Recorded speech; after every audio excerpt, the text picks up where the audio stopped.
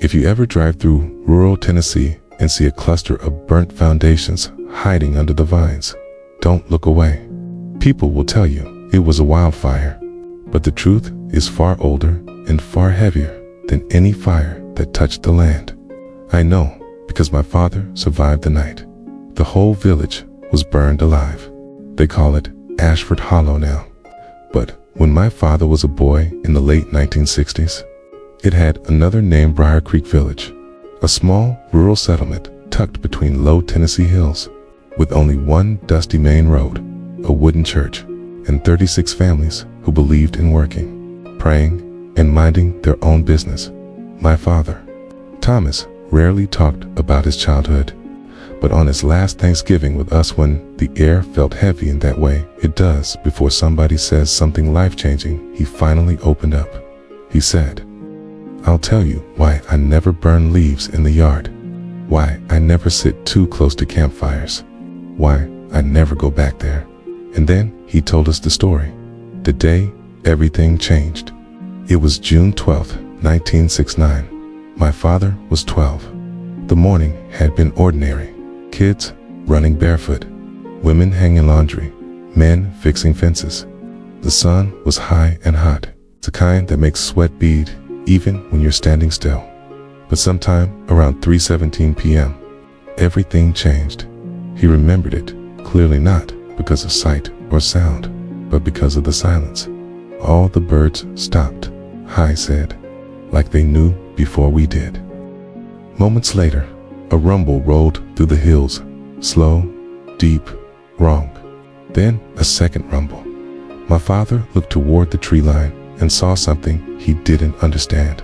Men in uniforms, not army uniforms, not police either. Dark tan shirts, dark boots, and no badges. Behind them were trucks carrying barrels.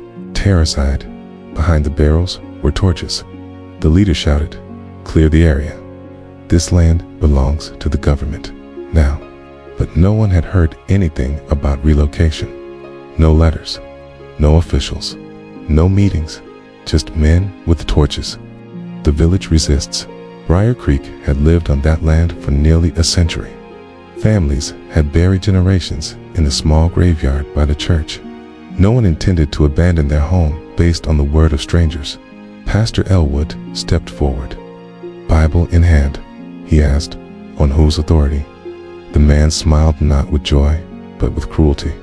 "Mine ain't," with a flick of his wrist. He threw the first torch.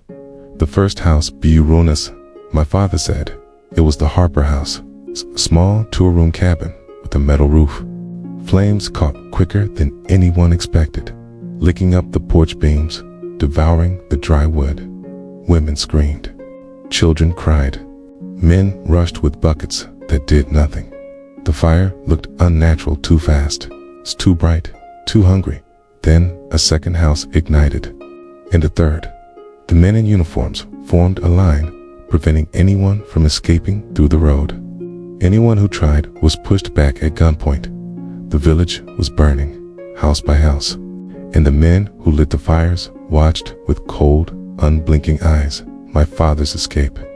My father grabbed his younger sister, Emily, and told her to run toward the creek, the only path not blocked. Smoke was everywhere, thick and hot, turning the air into something sharp that cut inside the lungs. People were stumbling, choking. The flames roared louder, fed by a strange, oily smell. My father and Emily crawled low to stay beneath the smoke. But when they reached the creek, they found two more uniformed men standing guard. One of them pointed at my father. "Kids, get back." But kids are fast and fear makes them faster. My father grabbed a rock, threw it to the left, and when the guards looked away, he and Emily sprinted toward the tall grass. The guards chased, but the grass was thick, tangled, and confusing. My father knew the land better. He led Emily in a zigzag pattern, then into a hollowed log. They stayed, their breath held, bodies trembling as the guard's boots stomped past. When the boots faded, he whispered, "We run now. We don't stop, no matter what." And they ran. for nearly 3 miles without looking back. The village that was left to burn. By nightfall, the fire had consumed everything: homes, barns, fields, the church. Even the graveyard. 30-6 families had lived there. Only 4 would survive the night. My father, his sister, a widow named Marjorie, and a man named Samuel Pike, who had been hunting in the woods and returned to find Hill swallowing his home. No official report was ever filed. No headlines. No investigation. Just silence. The men who burned the village disappeared like ghosts, and the government later called it a wildfire incident. But everyone who lived there knew better. My father said the fire moved like it had purpose, like someone fed it something that made it grow hotter than any normal flame. Some said it was for land seizure to build a new highway that was later canceled. Some said it was tied to a chemical company that quietly bought the property years later. And some said it was a warning to a community that refused to sell. No one knows the truth, but my father lived with the nightmares for 50 years. The return to Ashford Hollow.